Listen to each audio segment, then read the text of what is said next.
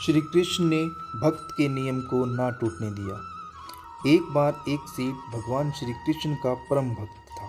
वह अपना काम धंधा करता था और सोते जागते ठाकुर जी का नाम जपता रहता था। उसका एक नियम था, वह रोज शाम को कृष्ण मंदिर में जाकर 4 लड्डुओं का भोग लगाता था।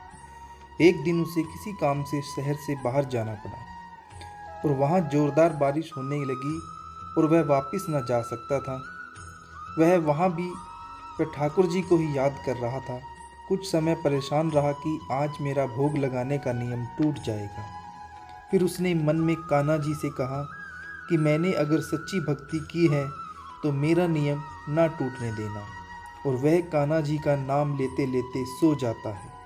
अगले दिन वापस आकर मंदिर जाता है, दुकान से प्रसाद में 4 लड्डुओं को लेता है और दुकानदार को पैसे देता है।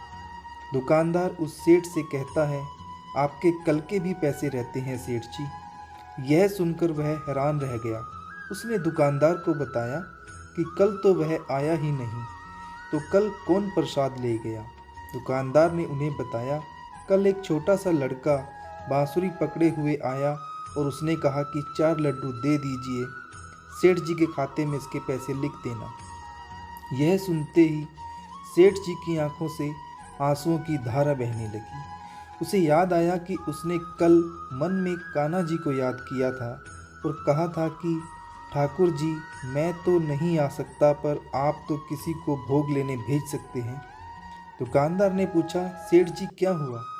सेठ जी ने उस दुकानदार को सारा प्रसंग बताया तो दुकानदार सेठ जी के पैरों में गिर गया। आपकी सच्ची भक्ति के कारण मुझे ठाकुर जी के दर्शन हुए।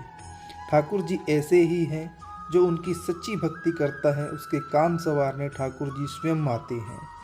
बोलिए वृंदावन बिहारी लाल की जय।